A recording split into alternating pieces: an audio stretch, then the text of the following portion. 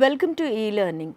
ఈరోజు మనము సెక్షన్ 3లో ఉన్న ఇంటర్ప్రిటేషన్ క్లాస్లో ఎవిడెన్స్ అంటే ఎన్ని రకాలుగా ఉంటుంది ఇండియన్ ఎవిడెన్స్ యాక్ట్లో దాని గురించి తెలుసుకుందాం. మనము సెక్షన్ 3లో డిఫరెంట్ ఎక్స్ప్రెషన్స్ ఎలా ఇంటర్ప్రిట్ చేయబడ్డాయి, వీటిని మనము ఫర్దర్ సెక్షన్స్లో వచ్చినప్పుడు ఈ మీనింగ్తోనే వాడుకోవాలి అని already we started learning about the certain expressions that are provided in section 3 of Indian Evidence Act. అందులో భాగంగానే ఎవిడెన్స్ అంటే ఏంటి అన్న దాన్ని కూడా ఇంటర్ప్రిట్ చేస్తున్నారు. ఎవిడెన్స్ అనేది విట్నెస్ ఇచ్చే ఎవిడెన్స్ కావచ్చు, or it may be a documentary evidence. కాకపోతే టెక్నికల్గా మనము ఎవిడెన్స్ అంటే ఏంటి అని తెలుసుకోవాలంటే all statements which the court permits, అంటే ఆల్ స్టేట్మెంట్స్ అనమాట, అంటే చెప్పబడే స్టేట్మెంట్స్ అన్నీ విచ్ కోర్ట్ పర్మిట్స్. అంటే ఇక్కడ మనం తెలుసుకోవాల్సింది ఏంటంటే మనకు ఎన్నో ఈ కేసుకి అవసరము, ఇది ప్రూఫ్ చేస్తుంది కేస్ని, కాబట్టి నేను ఇది ప్రవేశపెడతాను అని మనం ఎన్నో అనుకోవచ్చు. బట్ కోర్ట్ యాక్సెప్ట్ చేయాలి దాన్ని. కోర్ట్ యాక్సెప్ట్ చేసినప్పుడు మాత్రమే అది ఎవిడెన్స్గా ఎల్లో చేయబడుతుంది. ఆ ప్రూఫ్ని ఎవిడెన్స్ అని అనగలుగుతాం. కాబట్టి ఎవరు పడితే వాళ్ళు ఎవిడెన్స్ అన్న మాట వాడటానికి వీల్లేదు. ఓన్లీ జడ్జెస్ ఎల్లో చేసింది, కోర్ట్ ఎల్లో చేసింది మాత్రమే మనము బేసికలీ ఎవిడెన్స్ అంటాము. కాబట్టి all statements that are allowed by the court or basically you may call it as which court permits అంటాం. కోర్టు పర్మిట్ చేసి, ఆర్ కోర్టు పర్మిట్ చేయటమే కాకుండా కోర్టు ఏది తన ముందర పెట్టండి అని విట్నెసెస్ని అడుగుతుందో, or requires to be made before it by a witness. అంటే ఫలానా వాటి మీద నిన్న మనము ఫ్యాక్ట్స్ ఇన్ ఇష్యూ అన్న దాని గురించి తెలుసుకున్నాం. ఇష్యూస్ని ఫ్రేమ్ చేసుకున్న తర్వాత స్పెసిఫిక్ ఫ్యాక్ట్స్ని వాటికి సంబంధించి మాత్రమే ఎవిడెన్స్ని ప్రవేశపెట్టాలి. కాబట్టి వాటికి సంబంధించింది అనే ఎవిడెన్స్ మనం అనుకోవచ్చు, బట్ ఆ ప్రూఫ్ పర్మిట్ చేయాలా వద్దా అనేది అది కోర్టు యొక్క ప్రిరోగేటివ్. కాబట్టి all statements which are permitted by the court are required to be made before the court by the witnesses ఎవరైతే ఉంటారో, ఓరల్ విట్నెసెస్ ఇచ్చే వాళ్ళు ఎవరైతే ఉంటారో వాళ్ళని ఫలానా వాటి మీద మీరు ఎవిడెన్స్ ఇవ్వండి అని చెప్పి, వేటికి ఉండాలి నేను చెప్పినట్టు in relation to the matters in fact, not ఏది పడితే అది కాదు. ఆ కేసుకి సంబంధించి ఆ ఫ్యాక్ట్కి సంబంధించిన వాటిని ఏ మ్యాటర్స్ అయితే కోర్టు ఎంక్వైరీలో ఉన్నాయో వాటికి సంబంధించి కోర్టు పర్మిట్ చేయాలి, ఆర్ కోర్టు విట్నెస్ ఇది ఇవ్వచ్చు అని అడిగితే all those statements are called as evidence. అంటే ఏంటి ఇక్కడ ఈ ఫస్ట్ క్లాజ్ ఎవిడెన్స్ గురించి మనం తెలుసుకునేది ఏంటంటే the statements that are required to be given by the witnesses or that are permitted by the court in relation to the matters in fact that are under enquiry before the court of law. Okay, ఇట్లా witness చెప్పే వాటిని మనము evidence అంటాము. అలానే కాకుండా all documents including the electronic records produced for the inspection of the court. అంటే documents ప్రతిసారి oral evidence లేకపోతే విట్నెసెస్ ఎవిడెన్సే కాకుండా కొన్ని ప్రాపర్టీ ఇష్యూస్లో, మిగతా ఇష్యూస్లో ఏంటంటే డాక్యుమెంటరీ ఎవిడెన్స్ అనేది అవైలబుల్గా ఉంటుంది. ఈ డాక్యుమెంటరీ ఎవిడెన్స్ ఏదైతే ఉందో దాన్ని కోర్టు యొక్క ఇన్స్పెక్షన్ కోసం మనము ప్రవేశపెట్టబడితే దాన్ని కూడా ఎవిడెన్స్ అంటాం. అంటే ఈ రకంగా మనము వేటిని అంటున్నాము, విట్నెసెస్ చెప్పే ఓరల్ ఎవిడెన్స్ అనేది, ఓరల్ స్టేట్మెంట్స్ అనేది ఒక కైండ్ ఆఫ్ ఎవిడెన్స్. అలానే డాక్యుమెంట్స్ ద్వారా ప్రూవ్ చేయబడేది అనదర్ ఎవిడెన్స్. ఇక్కడ ఏంటంటే మనం తెలుసుకోవాల్సింది ఎన్ని రకాల ఎవిడెన్స్ ఉన్నాయి. దో మనం సబ్సిక్వెంట్ సెక్షన్స్లో ఓరల్ ఎవిడెన్స్ అంటే ఏంటి, డాక్యుమెంటరీ ఎవిడెన్స్ అంటే ఏంటి అని స్పెసిఫిక్గా తెలుసుకుంటాము. కానీ ఇక్కడ మనము జనరిక్గా అసలు ఎన్ని రకాల ఎవిడెన్స్ ఉన్నాయి అని కనుక తెలుసుకుంటే, ఎవిడెన్స్ అనేది బేసికలీ మనకు direct evidence, hearsay evidence and circumstantial evidence. Okay, ఈ రకంగా డైరెక్ట్ ఎవిడెన్స్ అంటే ఓరల్ ఎవిడెన్స్ అనమాట. ఏది మన విట్నెసెస్ ఇచ్చే స్టేట్మెంట్స్ని మనము డైరెక్ట్ ఎవిడెన్స్ అని అంటాం. అంటే ఏంటి, what is perceived, what is witnessed by the particular person who deposes before the court of law. కోర్టులో వచ్చి నేను ఇది చూశాను, కాబట్టి ఇది జరిగింది, నేను చూశాను కాబట్టి నాకు తెలుసు అని చెప్పటం. నేను ఇది పర్సీవ్ అయ్యాను, నేను స్మెల్ చేశాను, లేకపోతే అంటే ఎవరైతే డైరెక్ట్గా ఆ ఇష్యూ గురించి వాళ్ళకు తెలుసో, వాళ్ళు ఆ ఇష్యూ గురించి వాళ్ళు చూసారో అట్లాంటి వాళ్ళు వచ్చి కోర్టులో చెప్తే దాన్ని బేసికలీ మనం డైరెక్ట్ ఎవిడెన్స్ అని అంటాము. తర్వాత డైరెక్ట్ ఎవిడెన్స్ అనేది మనకు డాక్యుమెంటరీ ఎవిడెన్స్లో కూడా basically primary evidence, secondary evidence అని ఒరిజినల్ డాక్యుమెంట్ని ప్రవేశపెడితే కూడా దాన్ని మనము డైరెక్ట్ ఎవిడెన్స్ అని కూడా అనుకోవచ్చు. కాకపోతే direct evidence is always best evidence. అది కాకుండా మనకు హియర్సే ఎవిడెన్స్ అని ఇంకొక kind of evidence. Hearsay evidence అనేది విన్నదాన్ని చెప్పటం, లేకపోతే ఎవరో చెప్పారు అని వచ్చి చెప్పటం.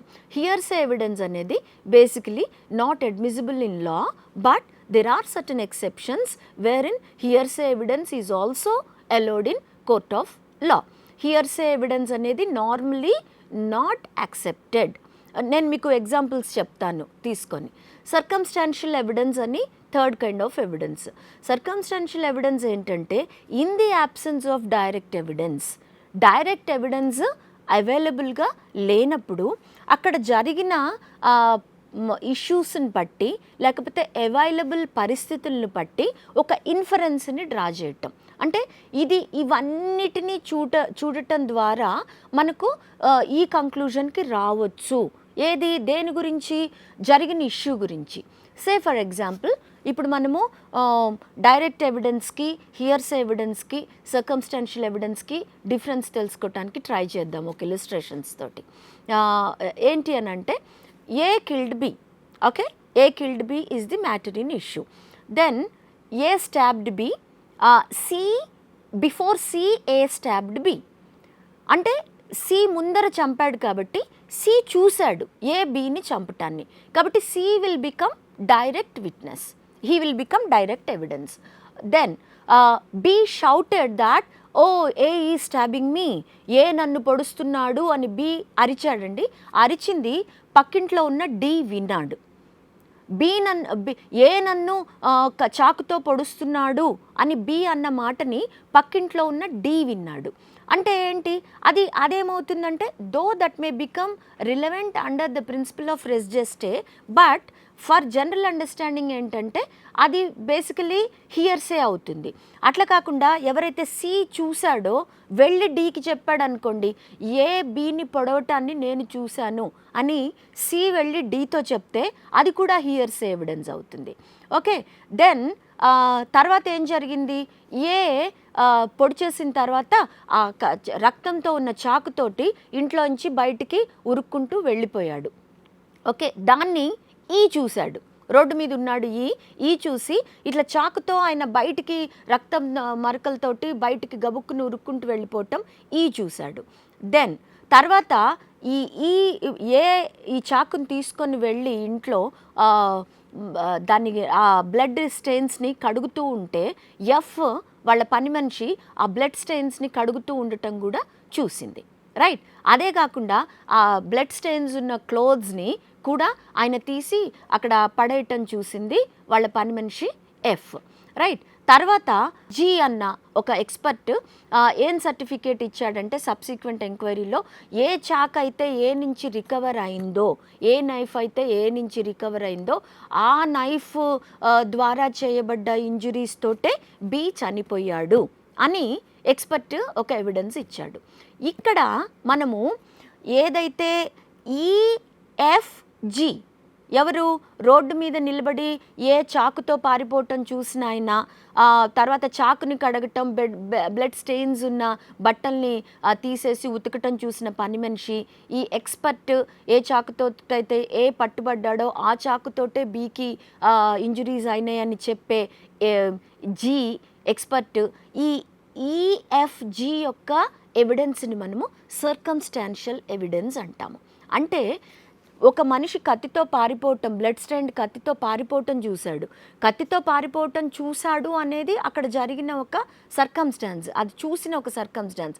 జస్ట్ బికాజ్ కత్తితో పారిపోయినంత మాత్రాన లోపల ఆయనే ఆ కత్తితో బీని పొడిచాడా లేదా అన్నమాట ఈ చూడలేదు కదా. ఈ ఓన్లీ ఆ బ్లడ్ స్టెయిన్డ్ కత్తితో పారిపోవటం మాత్రమే చూశాడు, అది ఒక సర్కమ్స్టాన్స్ అవుతుంది. అలానే ఆ బ్లడ్ స్టెయిన్డ్ కత్తిని కడగటం చూసింది, బ్లడ్ స్టెయిన్స్ ఉన్న బట్టల్ని విప్పేసి ఉతుక్కోవటం చూసింది పని మనిషి తప్పితే నిజంగా ఈ పని మనిషి ఏ చాకుతో బీని పొడవటం చూడలేదు కదా, అది ఒక సర్కమ్స్టాన్షియల్ ఎవిడెన్స్ అవుతుంది.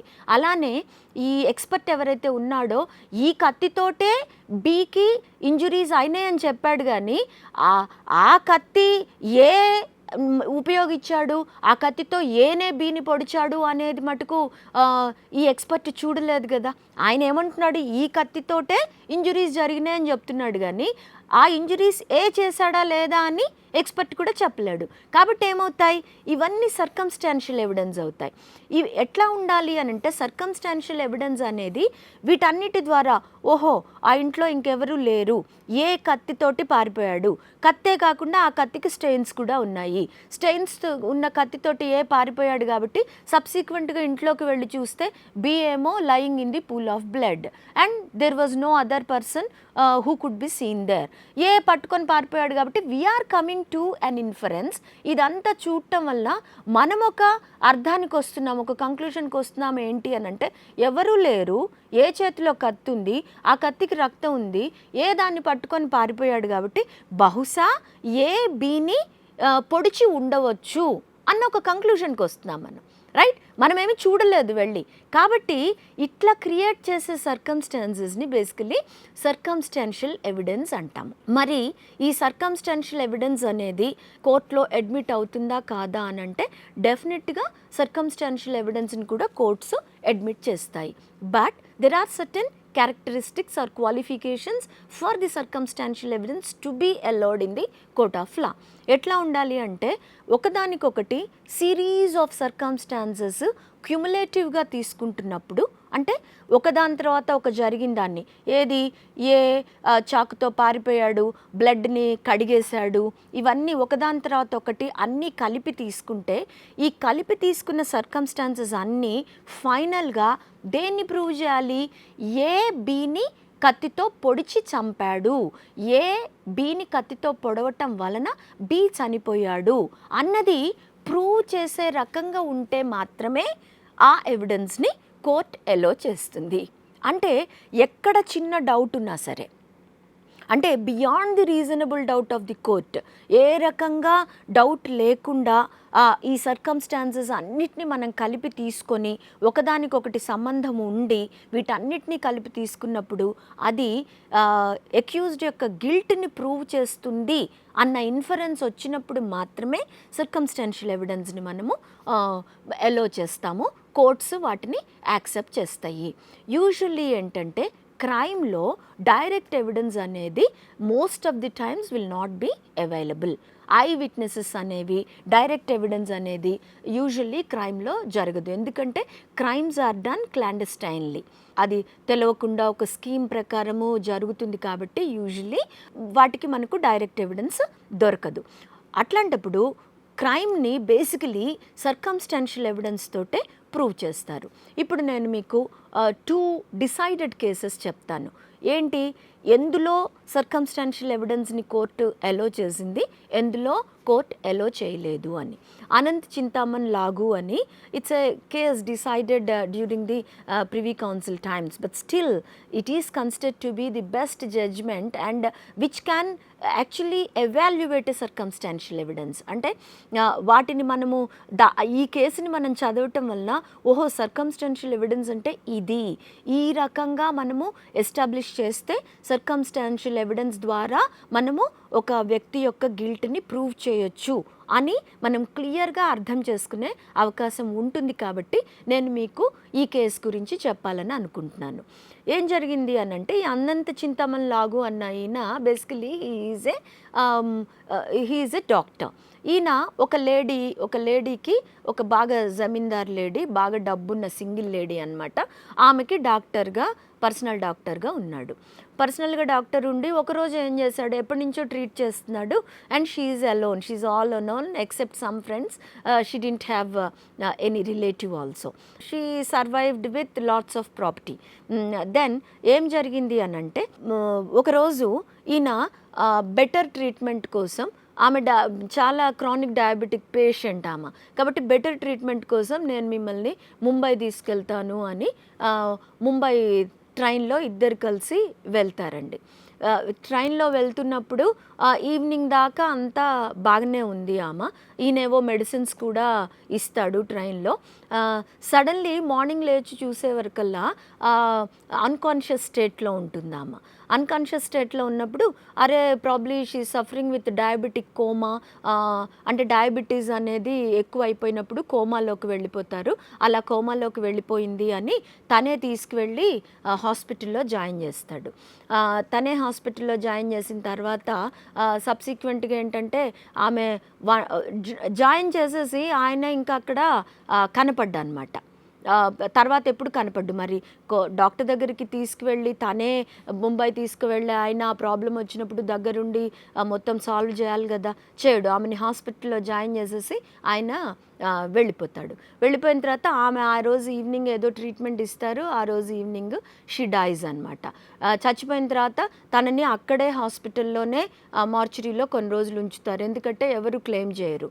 అప్పుడు ఇక్కడ ఆమె ప్లేస్లో ఫ్రెండ్స్ అందరూ ఏంటి ఇన్ని రోజులు అయిపోయింది ఈమె లేదు అని అనుకొని అప్పుడు వెళ్ళి అక్కడ లోకల్ పోలీస్ స్టేషన్లో వాళ్ళు కంప్లైంట్ ఇస్తే then the police started investigation. ఇక్కడ ఏం తెలుస్తుందంటే వీళ్ళిద్దరూ ఇట్లా వెళ్ళారు అని, అక్కడ హాస్పిటల్లో ఈమె చనిపోయింది అని తెలిసి తీసుకొచ్చి మిగతా కార్యక్రమాలన్నీ చేసిన తర్వాత అప్పుడు డౌట్ వచ్చి ఎట్లా చనిపోయింది అన్న ఇన్వెస్టిగేషన్ స్టార్ట్ చేసినప్పుడు ఏం జరుగుతుంది అని అంటే ఇక్కడ సర్కమ్స్టాన్షియల్ ఎవిడెన్స్ ద్వారా ఈ కేసుని ఈ డాక్టర్కి ఎగెనెస్ట్గా ఎట్లా ప్రూవ్ చేశారో చూద్దాం.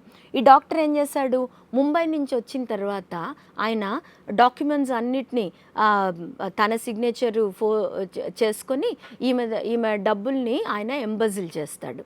అలానే కాకుండా ఆమె ఒంటి మీద ఉన్న నగలు కూడా మాయమైపోతాయి అన్నమాట. హాస్పిటల్కి తను జాయిన్ చేసినప్పుడే ఒంటి మీద నగలేమీ లేవు అని చెప్తారు అక్కడున్న డాక్టర్స్. అలానే కాకుండా his bank statement, doctors bank statement before her death and after her death, ఇవన్నీ సర్కమ్స్టాన్సెస్ అనమాట. అంటే అంతకుముందు లేని డబ్బులు సడన్గా డబ్బులు వచ్చేస్తాయి. ఏంటి అంటే ఆయన దొంగ సంతకాలన్నీ పెట్టేసి ఆమె ప్రాపర్టీ డాక్యుమెంట్స్నే కాదు ఆమె దగ్గర ఉన్న మిగతా డబ్బుల్ని వీటన్నిటిని తీసేసుకున్నాడు అనమాట. అలానే ఒంటి మీద ఉన్న నగలు కూడా డాక్టర్ దగ్గర కనిపించినాయి. సబ్సిక్వెంట్గా పోస్ట్ మార్టం రిపోర్ట్లో ఏం తెలిసింది అని అంటే the death was not due to diabetic coma. ఆమె చనిపోయింది డయాబెటిక్ కోమా వల్ల కాదు, some poison must have administered.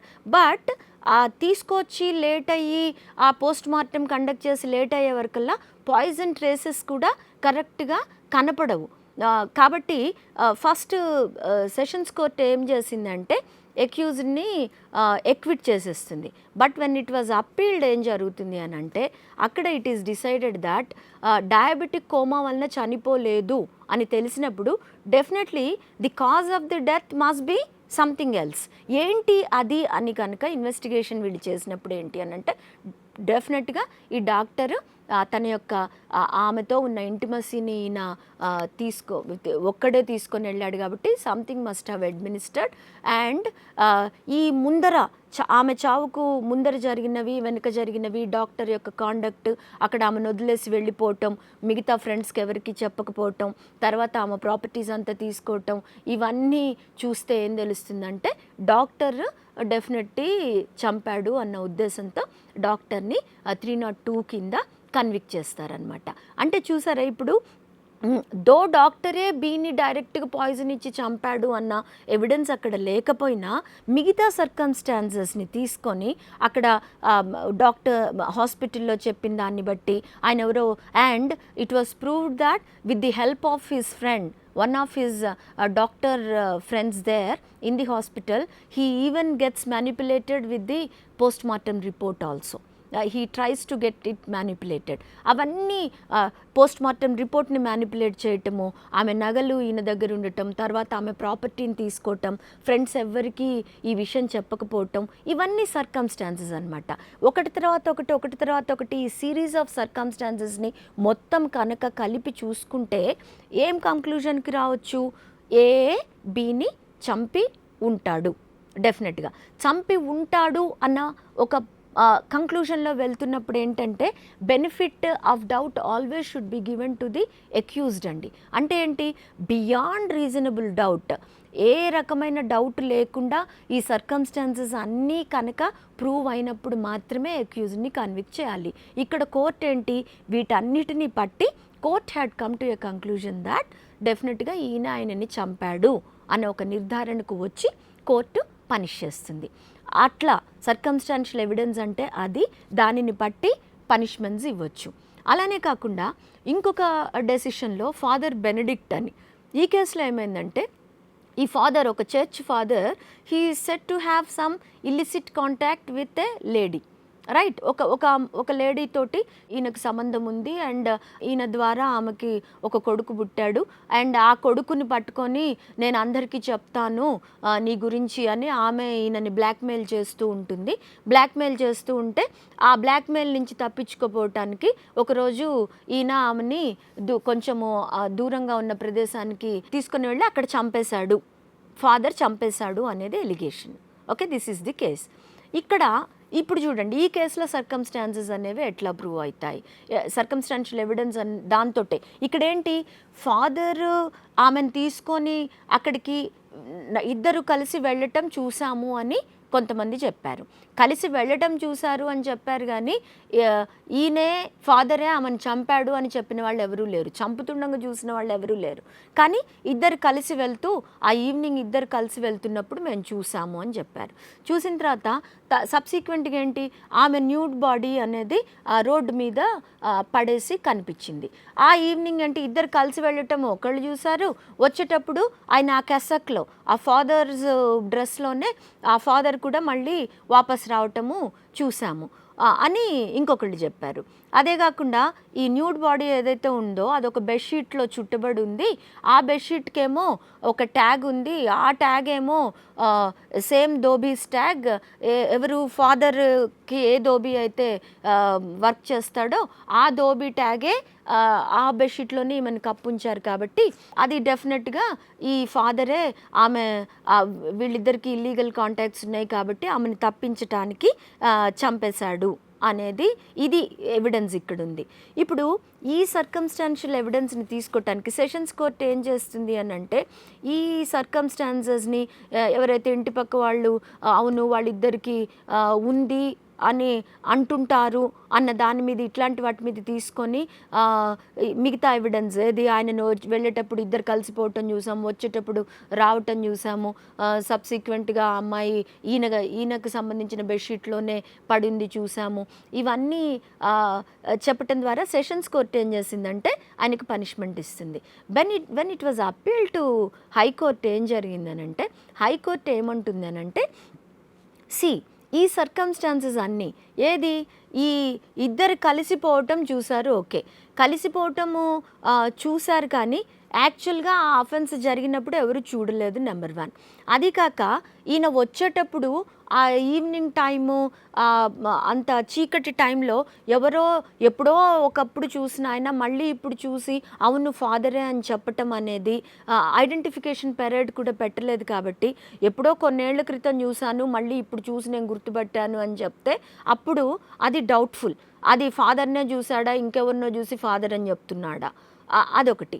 అది కాకుండా చుట్టుపక్కల ఉన్న వాళ్ళందరూ వీళ్ళిద్దరికీ ఇల్లిసిట్ కాంటాక్ట్ ఉంది మీకు తెలుసా అంటే, ఎవరో చెప్పంగా విన్నాం, ఆమె చెప్పింది, చనిపోయిన ఆమె చెప్పింది నాకు సంబంధం ఉంది అని, బట్ అట్లా మాకు కరెక్ట్గా తెలియదు, ఆమె చెప్పిందే తెలుసు, అందరూ అనుకుంటుండగా విన్నాము తప్పితే క్లియర్గా మాకు తెలియదు అని వీళ్ళు విట్నెస్ ఇచ్చారు. అదే కాకుండా ఏంటంటే ఆయన వచ్చేటప్పుడు ఎవరైనా సరే ఆ ఫాదర్ డ్రెస్లోనే ఆ కెసాక్లోనే రావటము అని అనేది యూజువలీ చంపేసిన వాళ్ళు అట్లా ఆ డ్రెస్లోనే మళ్ళీ వాపసు వస్తారు అని అంటే అది నమ్మటానికి వీల్లేదు. అదే కాకుండా ఆమె already she's of immoral character కాబట్టి తనకున్న అదర్ కాంటాక్ట్స్, అదర్ రిలేషన్షిప్స్ వలన ఇంకెవరైనా చంపి పడేసి ఉండే అవకాశం కూడా ఉంది, ఫాదరే చంపుండాల్సిన అవసరం లేదు. కాబట్టి ఈ చైన్ ఆఫ్ ఇన్సిడెంట్స్ అండ్ ఈ సర్కమ్స్టాన్షియల్ ఎవిడెన్స్ అంతా డౌట్ఫుల్గా ఉంది. ఈ circumstantial circumstantial evidence is not clearly establishing the guilt of the father అని ఈ అక్యూజ్డ్ని ఎక్విట్ చేసేస్తుంది అనమాట కోర్టు. కాబట్టి ఇప్పుడు చూడండి, మీకు 2 కేసెస్లో ఈ సర్కమ్స్టాన్షియల్ ఎవిడెన్స్ అనేది ఎట్లా ఇన్ఫర్ చేస్తాము అంటే, ఆ సిరీస్ ఒకదాని తర్వాత ఒకటి జరిగిన సంఘటనలన్నీ అల్టిమేట్గా దేన్ని ప్రూవ్ చేయాలి అని అంటే, మ్యాటర్ ఇన్ ఇష్యూ ఏదైతే ఉందో దాన్ని ప్రూవ్ చేసే రకంగా ఉంటేనే ఇన్ఫరెన్సెస్ అనేవి డ్రా చేయవచ్చు. అంటే ఎట్లా ఉండాలంటే, all these circumstances must have caused the death of the victim. All these circumstances may have caused the death of the victim. May have caused అన్నప్పుడు డౌట్ ఉందండి ఇక్కడ. కాబట్టి డౌట్ ఉన్నప్పుడు యూజువల్లీ అక్యూజ్డ్ని కన్విక్ట్ చేయకూడదు. బెనిఫిట్ ఆఫ్ డౌట్ కింద maybe mitigated sentence కానీ లేకపోతే sentence may vary. Must have proved అంటే కంపల్సరీ వీటన్నిటి ద్వారా ఈయనని చంపాడు అన్న డెసిషన్. ఫస్ట్ కేసేమో మస్ట్ హ్యావ్, సెకండ్ కేసు ఏమో మే హ్యావ్ కింద తీసుకుంటే, ఇక్కడేమో డౌట్ఫుల్గా ఉన్నాయి సర్కమ్స్టాన్సెస్. వెరాజ్ ఫస్ట్ కేసులో ఏంటి, సర్కమ్స్టాన్సెస్ అన్నీ చాలా సబ్స్టాన్షియల్గా ఉన్నాయి కాబట్టి సర్కమ్స్టాన్సెస్ని బేస్ చేసుకొని ఈ రకంగా మనము పనిష్మెంట్స్ ఇవ్వచ్చు. ఐ గెస్ నౌ మీకు సర్కమ్స్టాన్షియల్ ఎవిడెన్స్ని ఎట్లా ఇన్ఫర్ చేయాలి, అది ఒక బెటర్ ఎవిడెన్స్గా ఎలా ఉపయోగపడుతుంది కోర్టులో అనేది మీకు ఈ ఇలస్ట్రేషన్స్తో అర్థమైంది అని అనుకుంటున్నాను. ఈ రకంగా మనము సర్కమ్స్టాన్సెస్ అన్నీ కలిపి బెనిఫిట్ ఆఫ్ డౌట్ అనేది కనుక ఉంటే compulsory the doubt should be given, that benefit should be given to the accused only. But beyond all reasonable doubt అంటే, బియాండ్ ఆల్ రీజనబుల్ డౌట్ అంటే దానికేమీ మ్యాథమెటికల్ క్యాలిక్యులేషన్ ఉండదు. ఇంత అయితే బియాండ్, ఇంత అయితే విదిన్ అని అట్లా ఉండదు. It is left to the prudence of the court and the judiciousness of the court and judiciousness of the evidence that is available. దీని అన్నిటిని తీసుకొని సర్కమ్స్టాన్షియల్ ఎవిడెన్స్ అనేది, సర్కమ్స్టాన్షియల్ ఎవిడెన్స్ ద్వారా మెనీ కేసెస్ ప్రూవ్ అవుతాయండి. Direct evidence అనేది very rarely available in many of the cases, and many cases లో circumstantial evidence ద్వారానే cases prove చేయబడతాయి. దీన్ని బట్టి మనము సబ్సిక్వెంట్గా కేసెస్లో కొన్ని కేసెస్లో సర్కమ్స్టెన్షియల్ ఎవిడెన్స్ అనేది నాట్ టు బి ప్రూవ్డ్ అని అంటారు. బట్ యాజ్ ఆఫ్ నవ్ ఏంటంటే circumstantial evidence is allowed in court of లా. అలానే మీకు documentary evidence is the best evidence. Documentary ఎవిడెన్స్లో మీకు primary evidence and secondary evidence అని. ప్రైమరీ ఎవిడెన్స్ అంటే where the original document itself is produced, we call it as primary evidence. In the absence of the primary evidence, original document లేనప్పుడు certified copies కానీ, xerox copies కానీ, or a picture of any document, దానికి మీకు conditions ఉన్నాయి, అవన్నీ మీకు subsequent ప్రొవిజన్స్లో తెలుస్తాయి. ఈ రకంగా మీకు direct evidence, circumstantial evidence, hearsay evidence and documentary evidence అని డిఫరెంట్ కైండ్స్ ఆఫ్ ఎవిడెన్స్ ఉన్నాయి. Hearsay evidence generally not allowed, but with certain exceptions it is allowed. మీకు ఫర్దర్ సెక్షన్స్ చెప్పినప్పుడు దాని గురించి ఇంకా క్లియర్గా అర్థమవుతుంది. This is with regard to evidence. Then ఈ సెక్షన్ 3లో ఫర్దర్గా వాడిన మాటలు ఏంటంటే ప్రూవ్డ్, డిస్ప్రూవ్డ్, నాట్ ప్రూవ్డ్.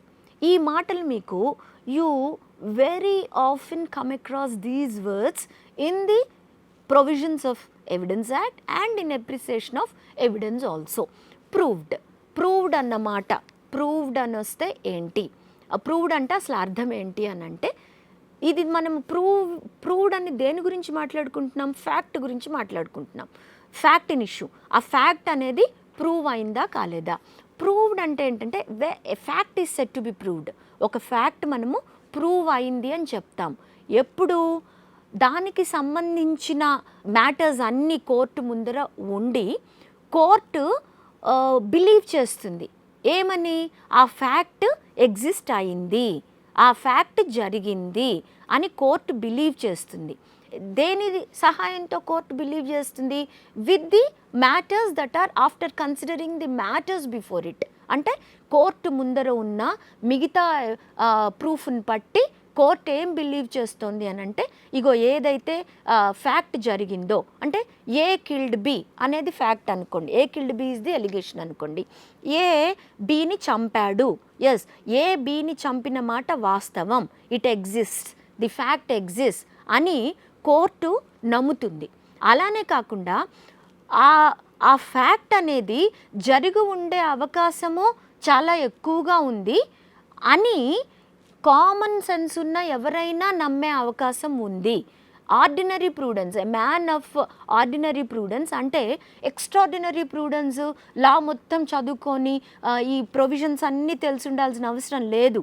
ఒక మామూలు మనిషిని, అంటే మెంటల్ ఫ్యాకల్టీస్ ప్రాపర్గా ఉన్న మనిషిని తీసుకొచ్చి ఇవన్నీ చూపించి, ఏమయ్యా నువ్వు చెప్పు ఇది జరిగి ఉండొచ్చా అని అంటే, అవును సార్ ఇదంతా చూస్తుంటే హ్యూమన్ లాజిక్కి తెలుస్తోంది కదా ఇది జరిగి ఉంటుంది అని, అట్లా జనరల్గా మామూలు మనిషి కూడా ఆ చూసిన దాన్ని బట్టి ఇది జరిగే అవకాశం ఉంది అని చెప్పే అవకాశం ఉన్న ప్రతి ఫ్యాక్ట్ని మనము ద ఫ్యాక్ట్ ఈజ్ ప్రూవ్డ్ అని అంటాం. క్రిమినల్ లాలో చిన్న పొరపాటు జరిగినా అక్కడ నష్టపోయేది మనిషి యొక్క స్వాతంత్రం అండ్ మనిషి యొక్క లైఫ్.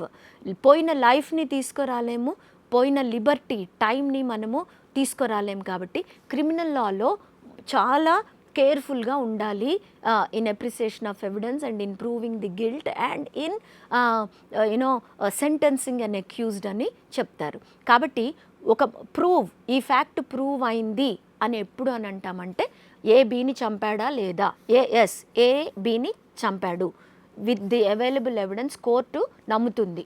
కోర్టు అవును ఏ బిని చంపాడు అని నమ్మి ఇట్ ఈస్ ప్రూవ్డ్ అని కోర్టు అనటమే కాకుండా, ఆర్ వేర్ ఇట్ కన్సిడర్స్, ఇప్పుడు మనము సర్కమ్స్టాన్షియల్ ఎవిడెన్స్ చూసుకున్నాం కదా, మిగతా ఎవిడెన్స్ ద్వారా కూడా even a normal common prudent man, కోర్టే కాదు చదువుకున్న జడ్జిమెంట్ ఇచ్చే జడ్జెసే కాదు, ఒక కామన్ ప్రూడెంట్ మ్యాన్ కూడా అవును ఇది జరిగింది అని చెప్పగలిగే పరిస్థితి ఉన్నప్పుడు then the fact is said to have been proved.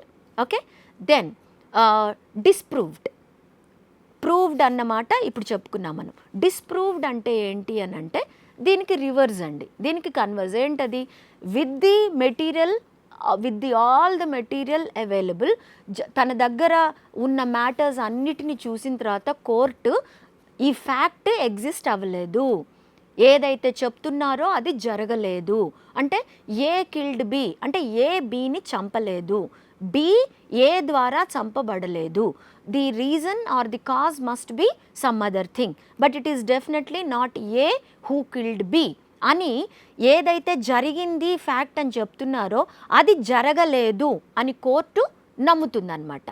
ఇది జరగలేదని కోర్టు నమ్మటమే కాకుండా ఈ అవైలబుల్ ఎవిడెన్స్ని చూసి ఏ కామన్ ప్రూడెంట్ మ్యాన్ అయినా సరే, అరే ఇట్లెట్లా జరుగుతుందండి చూస్తుంటేనే తెలుస్తుంది కదా ఇది డెఫినెట్గా జరిగి ఉండకపోవచ్చు అని ఎప్పుడైతే కామన్ ప్రూడెంట్ మ్యాన్ కూడా చెప్తాడో, then the fact is said to have been disproved. అంటే ప్రూవ్డ్కి టోటలీ కన్వర్స్గా డిస్ప్రూవ్డ్ ఉంటుంది. ప్రూవ్డ్ అంటే ఏంటి, జరిగిన సంఘటనని జరిగింది అని నమ్మటం. ఇక్కడేంటి, ఉన్న ప్రూఫ్కి సహాయంతో ఇది సంఘటన జరగలేదు, ఏదైతే జరిగింది అని చెప్పబడుతుందో అది జరగలేదు, non existence of the fact అంటాం. నాన్ ఎగ్జిస్టెంట్ అంటే అది జరగలేదు అని నమ్మటాన్ని డిస్ప్రూవ్డ్ అంటాం. A has not killed B. అట్లానే అంటే జడ్జి గారే కాకుండా ఇన్ ఆల్ ప్రాబబిలిటీ ఏ పరిస్థితుల్లో ఎట్లా చూసుకున్నా సరే మామూలు మనిషి కూడా ఇది జరగలేదు అని చెప్పే అవకాశం ఉన్న వాటిని ఫ్యాక్ట్స్ని డిస్ప్రూవ్డ్ అంటాం. Okay, that is said to be disproved. Then not proved అంటే ఏంటంటే, when a fact is neither proved nor disproved then it is said to be not proved. అంటే ఏంటి, ఇప్పుడు మనం ప్రూవ్డ్ అంటే ఏమనుకున్నామండి, compulsory with all evidence, with all material evidence ఇది జరిగింది అని ఖచ్చితంగా నమ్మాలి, అది ప్రూవ్డ్. జరగలేదు అని ఖచ్చితంగా నమ్మటం డిస్ప్రూవ్డ్. ఇక్కడ అంటే ఏంటి, నమ్మాలో తెలియదు, నమ్మొద్దో తెలియదు, నమ్మటానికి ఎవిడెన్స్ లేదు, నమ్మొద్దు అని చెప్పటానికి ప్రూఫ్ లేదు. అట్లాంటి పరిస్థితుల్లో దాన్ని మనం నాట్ ప్రూవ్డ్ అని అంటాం. అంటే నాట్ ప్రూవ్డ్ అంటే మనమేమీ అక్యూజ్డ్ని క్లీన్ చిట్ ఇవ్వట్లేదు, అట్లా అని అక్యూజ్డ్ నిజంగా ఈ అఫెన్స్ చేశాడు అని కూడా చెప్పట్లేదు. ఎక్యూజ్డే చంపాడు అని చెప్పటానికి ఆధారాలు లేవు, ఎక్యూజ్డ్ చంపలేదు అని చెప్పటానికి ఆధారాలు లేవు. అంటే non availability of the material evidence when a fact is neither proved nor disproved then it is said to be not proved. చేశాడు అనటానికి ఆధారం లేదు, చెయ్యలేదు అనటానికి ఆధారం లేదు. చెయ్యలేదు అని అన్నప్పుడు డిస్ప్రూవ్డ్ అంటాం, చేశాడు అంటే ప్రూవ్డ్. ప్రూవ్డ్ కావట్లేదు, డిస్ప్రూవ్ కావట్లేదు, కాబట్టి దాన్ని మనము నాట్ ప్రూవ్డ్ అంటాం. అంటే since the case is not proved the accused may be acquitted అనొచ్చు.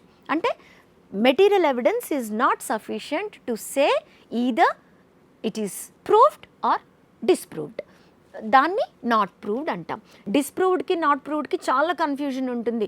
మెనీ ఏ టైమ్స్ చాలామంది సబ్ ఇన్స్పెక్టర్స్ కూడా అండ్ అదర్ ఇన్వెస్టిగేటింగ్ ఆఫీసర్స్ కూడా అంటే at the beginning of the understanding of evidence act ఒకసారి అర్థం చేసుకొని మొత్తం తెలిసిన తర్వాత కాదు కన్ఫ్యూజన్ అనేది, అర్థం చేసుకోవటానికే ప్రాబ్లం అవుతుంది.